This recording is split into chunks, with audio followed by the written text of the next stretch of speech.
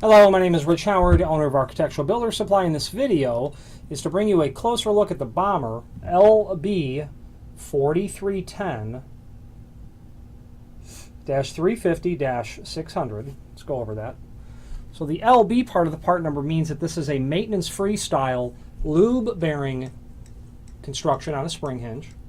4310 means that it is a template pattern, square corner, 96 thousandths of an inch leaf thickness, single acting full mortise spring hinge. You can see on the swag of the hinges that when that door is closed and those leaves are mortise, that's how they're supposed to be. Again, 96 thousandths of an inch leaf thickness, which is typical. The 350 means that it is 3.5 inches tall and 3.5 inches wide. Full mortise hinges, first dimension is always the height. Always measured laid open, 3.5, 3.5. The 600 means that it's in the prime coat finish, something that you're hopefully going to paint.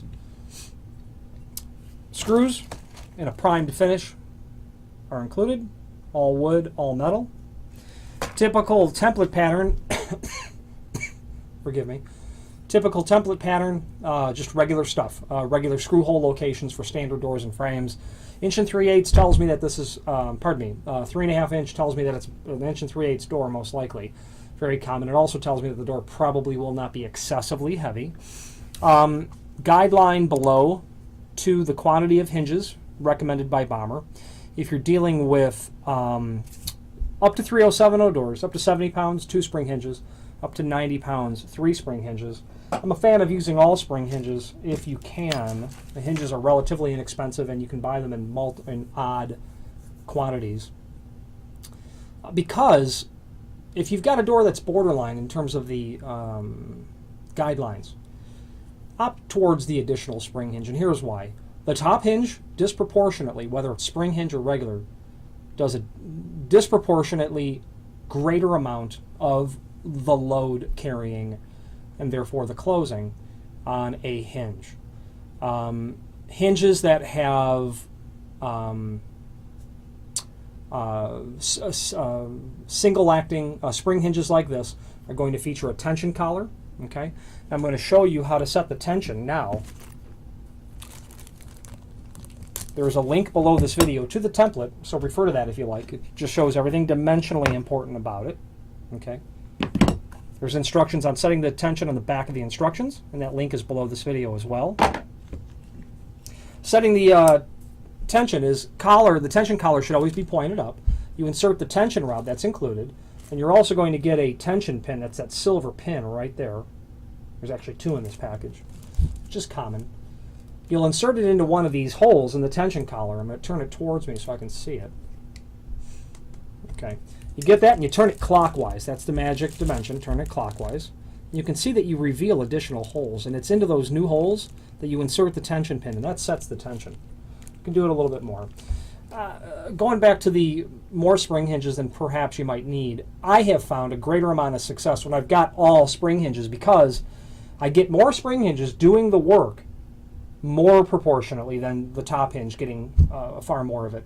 What the payoff is for that is when you set the tension on 1 spring or 2 spring hinges, sometimes you've got to really crank the spring tension up to get the door with enough inertia to get moving through its closing cycle to overcome the friction of the latch bolt striking the strike plate.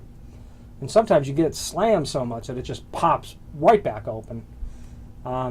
Think of torque in a car engine, you know, that kind of thing. When you've got more spring hinges, you can get, you know, more control over it by having a more steady amount of force helping close that door. And I think more than standard quantity is a good way to help accomplish that.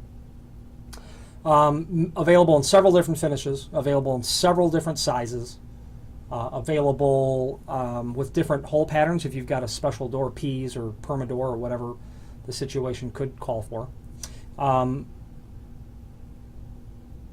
And that is also wanted to recommend that you're going to see a hinge like this in a door that needs to close. I've even seen people close, you know, certainly garage doors. They're going to want the attached garage doors to close. Maybe a bathroom door. 1 3/8 tells me it's residential. 3.5 tells me it's residential, and probably an 1 3/8 door. In closing, you can see the Bommer logo there. See if we can get that on the camera. You might be able to see it. Right above the Bommer logo it says, Made in USA.